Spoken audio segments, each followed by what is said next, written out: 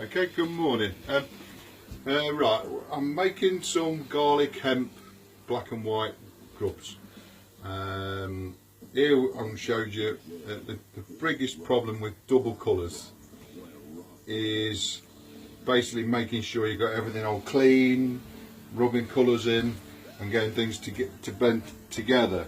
So basically what I've done here, I've made a mix up. I've actually done 50% more of the black than I have the white. A 5 litre gun. I push the piston up to about the right length. Now what you don't want to end up is when you go in, load of air round it, because what happens is that piston pushes up and all this paste will just fill the hole, so you won't get a clean line, you'll get more of a smear.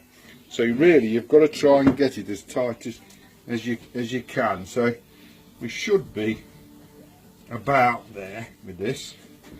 So basically, if I drop it in, so you don't want to try not to twist it in the barrel. So about there, pack it down a little,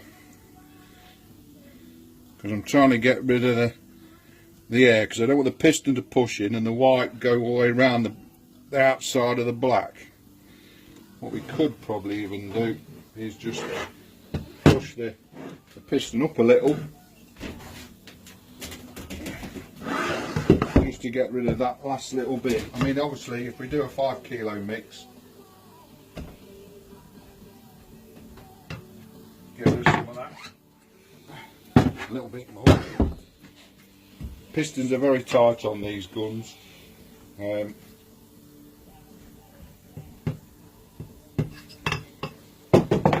Shouldn't be far away. Right, there we go. So what I'm saying is, you see this gap here? You want this as small as possible, because this paste as it's coming up will push round the outside and you'll end up with a smear, which that's got to be fairly decent. I'll push it back down a little. I'll put the end cap on, I'll connect it all up, and then I'll show you how we get on and roll them. So okay, I'll start the video again in a second. We've got the gun. Okay, right, well, I've extruded some. These are the first ones that come out, and you can see it's a bit smearier there. But if you can imagine this going all the way around the outside when it's not packed, it's just a mess. You can never get it perfect, but at the end of the day, you know, it's best you just try and improve your method. But it's the air chamber, it must be full. So this is better. You get a cleaner line here, you get the odd one go through. So that's just it, but that's basically how it comes out. So basically for rolling, basically we've got the Grubs blade already on. This is 8 by 24. Now when you do the Grubs, it's not like rolling ram baits.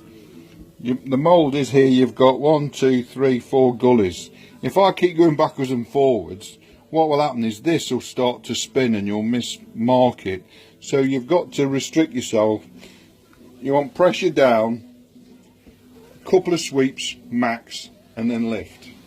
So basically, as I'm saying, pull it down, must pressure right down. Down, 1, 2, 3 up.